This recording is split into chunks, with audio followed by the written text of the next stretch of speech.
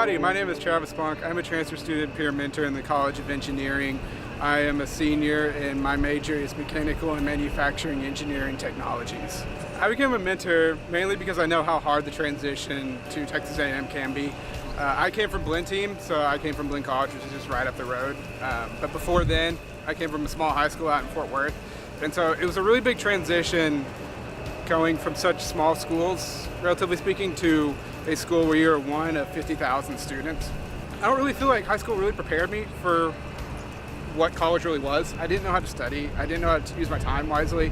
And I had all these questions that I didn't really have answers for, and I didn't know who to go to. And so part of that reason of me becoming a peer mentor was because I wanted to be able to answer some of those questions for students who may have questions like that. So something I think a lot of students here going into college is to learn to break out of your shell.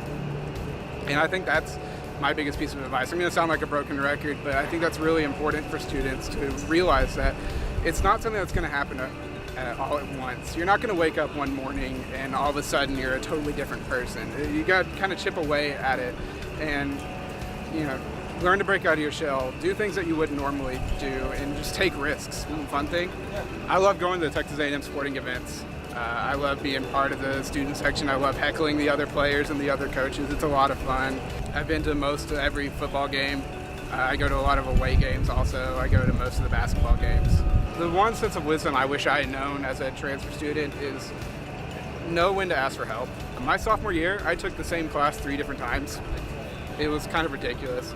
And the biggest thing that was holding me back was I was never really willing to get help in that class. And looking back on it, I wish from day one I had gone and asked questions, asked for help. A lot of students go in and think that they can do it all by themselves, and there are some students that are able to get out, just brute forcing it, doing it all by themselves, but not everybody is like that. I'm not like that.